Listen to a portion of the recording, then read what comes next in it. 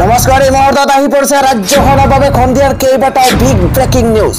আজি 16 মাৰ্চ অসমৰ লগতে ভাৰতৰ বিভিন্ন প্ৰান্তৰ পৰা খন্দিয়াৰ কেইবাটাও খবৰ আহি পৰিছে। এই মুহূৰ্তত জনাই আছো এটা ব্ৰেকিং নিউজ।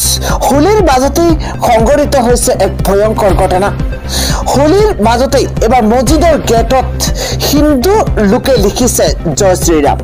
উত্তৰ প্ৰদেশৰ চম্বল জিলাৰ মছজিদৰ গেটত কোনো দুৰ্বৃত্তই হোলীৰ ৰঙেৰে লিখিছে জয় শ্ৰীৰাম আৰু তাৰ পিছতে চৌদিশে প্ৰতিক্ৰিয়া আৰম্ভ হৈছে।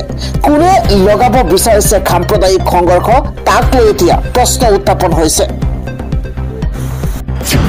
খবৰ হৈছে বিদ্যুতৰ নামত এবাৰ আপুনি দিব নালাগে এটকাও বিল। আপুনি যদি স্মাৰ্ট মিটাৰ ব্যৱহাৰ কৰিছে তেন্তে এই খবৰটো আপোনাৰ বাবে অত্যন্ত ভাল খবৰ, কিন্তু বিদ্যুতৰ বিলৰ নামত আপুনি দিব নালাগে এটকাও।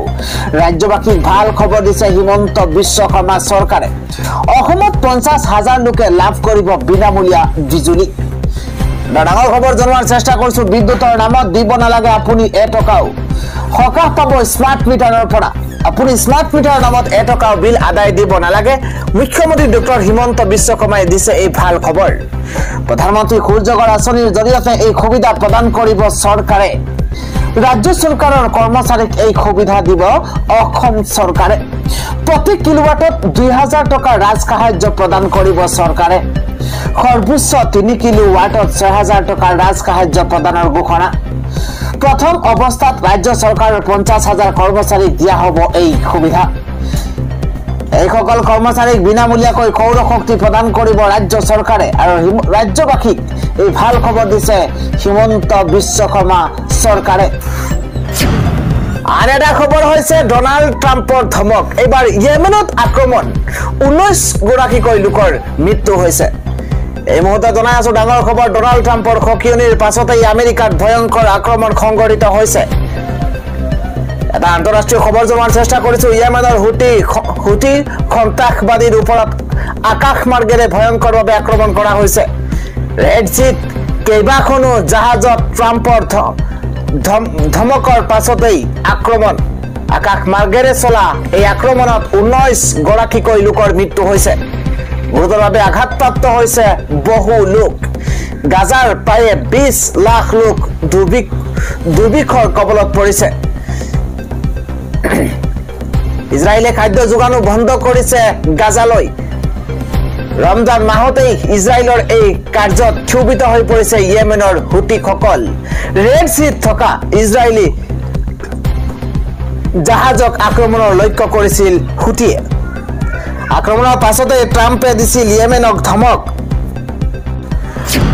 আন এটা খবৰ হৈছে এইবাৰ ৰাজ্য কঁপাই যোৱা আন এটা ডাঙৰ এটা ঘটনা সংঘটিত হৈছে। এইবাৰ দুখনকৈ থাৰ, এখন স্কৰপিঅ', 3 গৰাকী যুৱক আৰু 3 যুৱতী। এই প্ৰতিবেদনটো শুনিলে আপুনিও আচৰিত হ'ব। কিদৰে ঘটনাটো সংঘটিত হৈছিল আপুনি শুনিলেও আপুনিও আচৰিত হ'ব।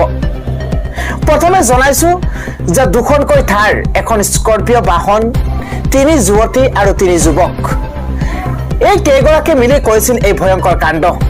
বাহন 3খন লৈ শ্বিলঙলৈ যাম বুলি গৈছিল 6 যুৱক যুৱতীয়ে। ইমানতে ঠিকেই আছিল, তাৰ পিছতে ঘটিছে এই ডাঙৰ ঘটনা। এটা এজেঞ্চিৰ পৰা বাহন 3খন বুক কৰিছিল 3 গৰাকীকৈ যুৱতীয়ে। ইমান পৰ্যন্ত ঠিকেই আছিল, কিন্তু তাৰ পিছত এতিয়া 3 যুৱতীৰ মুখ ডাকিবলগীয়া অৱস্থাৰ সৃষ্টি হৈছে। যুৱক 3জনৰ হাততো লাগিছে হেণ্ডকাফ। কিন্তু ঘটনাটো কি হল সেয়া আমি জনোৱাৰ চেষ্টা কৰিছো। এই 3 যুৱক আৰু 3 যুৱতীয়ে গুৱাহাটীৰ পৰা ভাড়াত লৈছিল এই বাহন দুখন।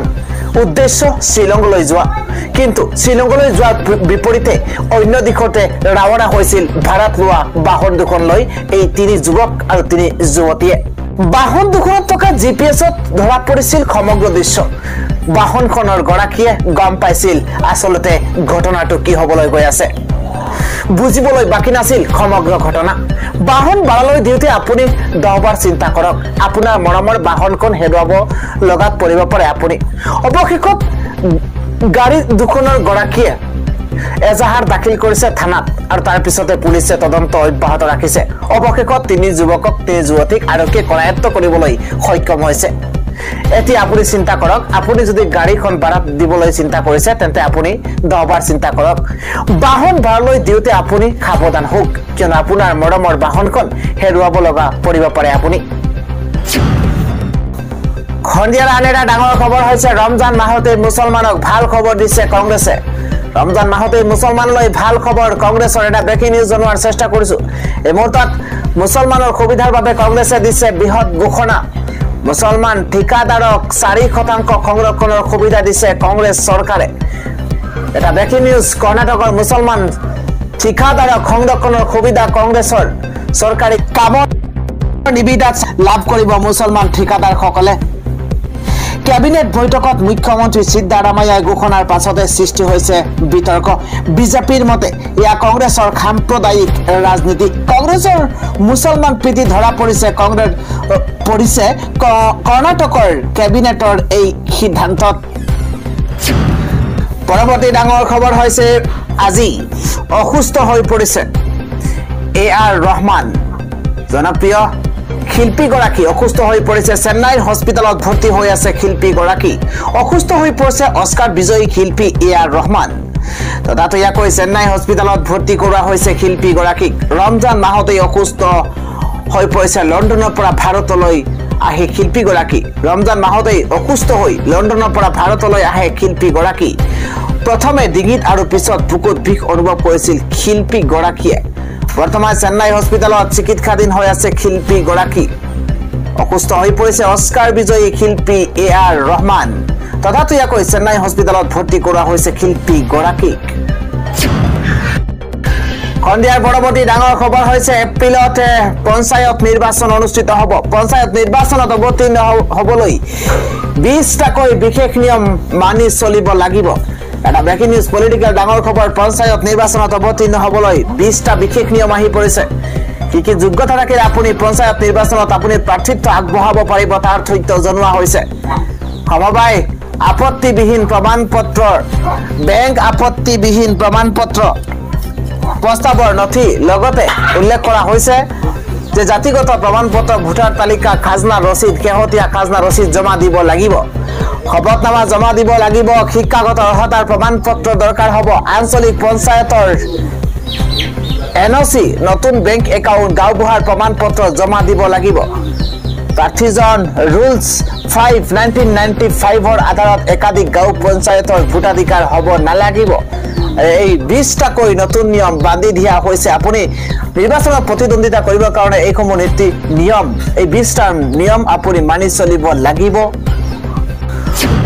পৰৱৰ্তী খবৰটো হৈছে তেতিয়া মুখ্যমন্ত্ৰীৰ আছিল হিতেশ্বৰ আৰু অসমৰ জেলৰ ৰুটি খাইছিল তেতিয়াৰ সময়ত অমিত শাহে ডাঙৰ খবৰ জনোৱাৰ চেষ্টা কৰিছো ছাত্ৰ অৱস্থাত অসমলৈ আহি 7 দিন জেলৰ ৰুটি খাব লগা হৈছিল বৰ্তমানৰ গৃহমন্ত্ৰী অমিত শাহে একালত অসমলৈ আহি পুলিচৰ কোপ খাব লগা হৈছিল বৰ্তমানৰ কেন্দ্ৰীয় গৃহমন্ত্ৰী অমিত শাহে প্ৰয়াত হিতেশ্বৰ শইকীয়াৰ অসমৰ মুখ্যমন্ত্ৰী হৈ থকাৰ সময়তে অসমলৈ আহিছিল গৃহমন্ত্ৰী অমিত শাহ আৰু সেই সময়ত অসমৰ কংগ্ৰেছ চৰকাৰৰ ৰুখত পৰিছিল ছাত্ৰ নেতা অমিত শাহ প্ৰয়াত হিতেশ্বৰ শইকীয়া মুখ্যমন্ত্ৰী হৈ থকাৰ কালত অসমলৈ আহি ইন্দিৰা গান্ধীৰ বিৰুদ্ধে স্লোগান দিছিল অমিত শাহে আসাম কা গালিয়া सुनी है इंदिरा गांधी खूनी है शीर्षक स्लोगानेৰে গুৱাহাটীত ইন্দিৰা চৰকাৰৰ বিৰুদ্ধে প্ৰতিবাদ কৰিছিল বৰ্তমানৰ গৃহমন্ত্ৰী অমিত শাহে আৰু গুৱাহাটীত ইন্দিৰা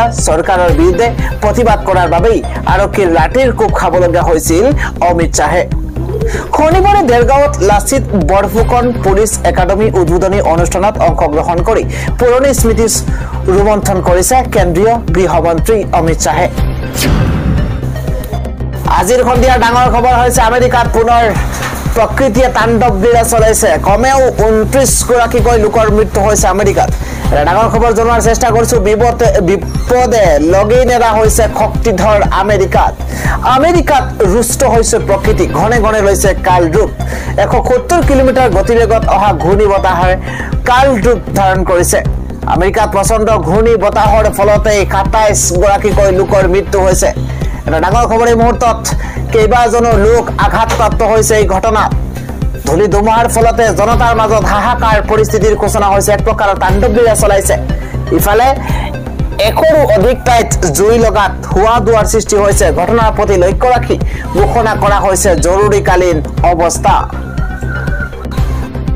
পৰৱৰ্তী খবৰটো হৈছে অহা 4 পৰা 5 দিন ধৰি ৰাজ্যত ভিন্ন প্ৰান্তত হ'ব প্ৰচণ্ড বৰষুণ কোনো ঠাইত বিজুলী ঢেৰেকনি হ'ব বৰষুণ 40 পৰা 50 কিলোমিটাৰ বেগত ধুমুহা অহাৰো সম্ভাৱনা আছে বৰজাস্থিত আঞ্চলিক বতৰ বিজ্ঞান কেন্দ্ৰই জাৰি কৰিছে এই আগজাননী